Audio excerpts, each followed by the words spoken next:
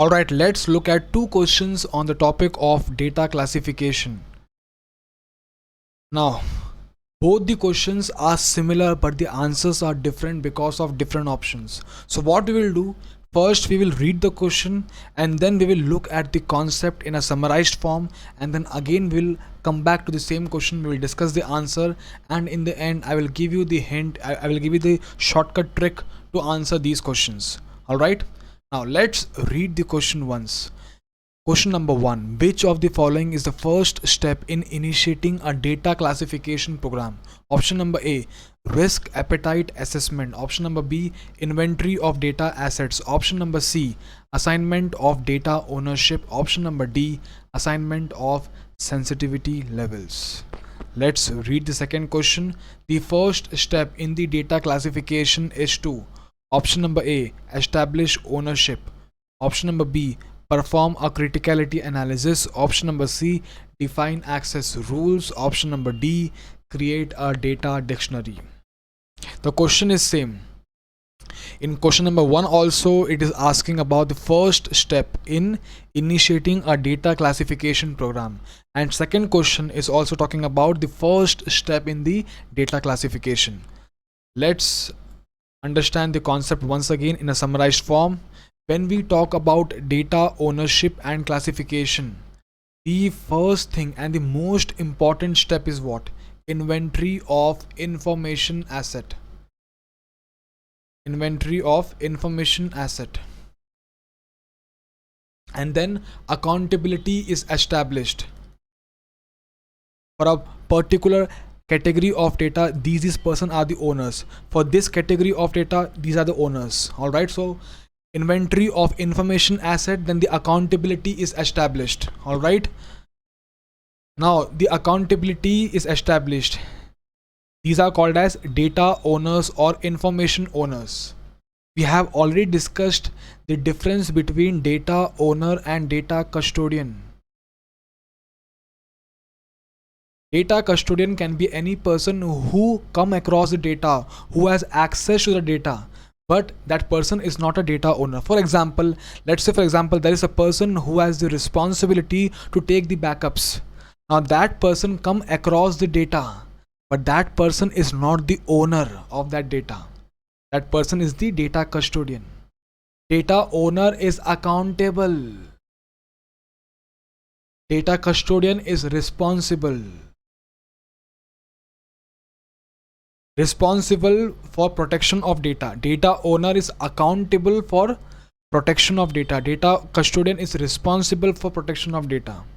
Alright, so data owners are accountable to protect the data, and they have the authority to authorize the access or not to grant the access.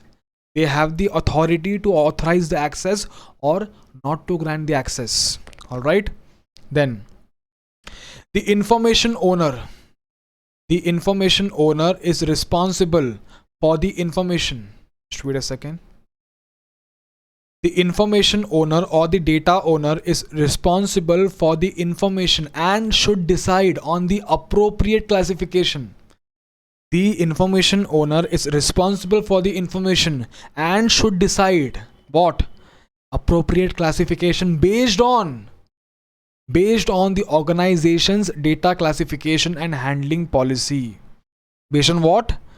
Based on the organization's data classification and handling policy. Alright, now let's look at one example. Yes, let's look at one example. In this particular case, there are 3 classification of data. Normally, an organization will have 3 to 5 classification. Most organization, the classification scheme is what?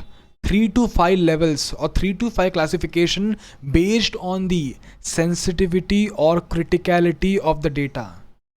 Based on how much the data is sensitive or how much the data is critical. So based on that, there will be on an average 3 to 5 levels of classification. Alright, in this particular case, there are 3 classification: restricted data, private data, public data.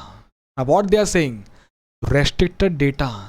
Data should be classified as restricted when what? If unauthorized disclosure, if unauthorized disclosure could cause a significant level of risk. Significant level of risk. Restricted data. Private data. Data should be classified as private when unauthorized disclosure or alteration could result in moderate level of risk. Let me zoom in. I hope you can see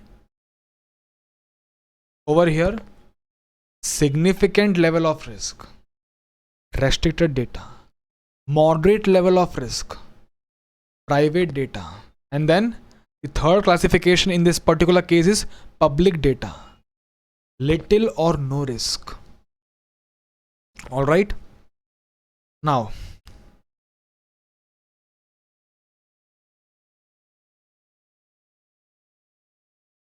so basically they have mentioned the policy with respect to reclassification, then calculating classification.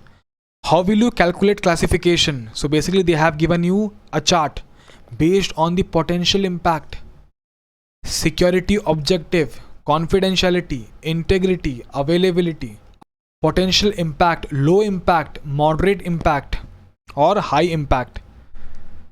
Low impact, moderate impact, high impact. So based on this particular chart which talks about the potential impact, the classification will be done. All right. Now they have also given Appendix A saying predefined types of restricted information. See, initially what they have given, they are saying that the classification will be done based on 3 categories: restricted, private, public. All right. And then they are saying is, how will you calculate the classification? Based on the impact, based on the potential impact. So either you can calculate the classification, or there will be what? Predefined. You have predefined what? Types of restricted information. So all these things mentioned in Appendix A will directly go to restricted data. There is no need to calculate the classification over here. All right. For example, they have given customer supply data, payment card information, personally identifiable information. All these things will directly go to restricted data. No need to calculate the classification. They have given you predefined list of this thing, information which are restricted. All right. Appendix A. So let's again come back to our discussion. So what they're saying is, the information owner is responsible for the information and should decide on the appropriate classification based on the organization's data classification and handling policy. Now, with the help of this classification, there can be specific security rules for each class. There can be specific security rules for each class.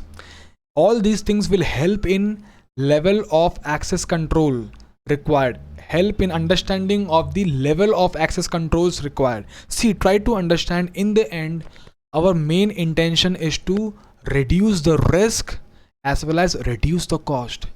We don't want under protection.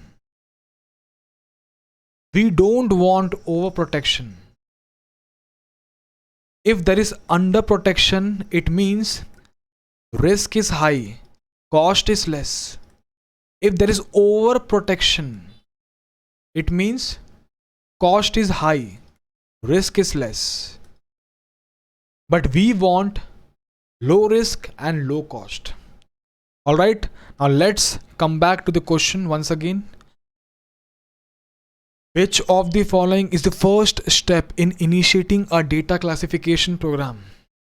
Option number A, risk appetite assessment. B, inventory of data assets. C, assignment of data ownership. D, assignment of sensitivity levels. The correct option is inventory of data assets. In second question, the first step in data classification, the answer is A, establish ownership. So basically, rank 1 should be given to inventory of data asset. Rank 2 should be given to ownership. And there is something we have discussed over here.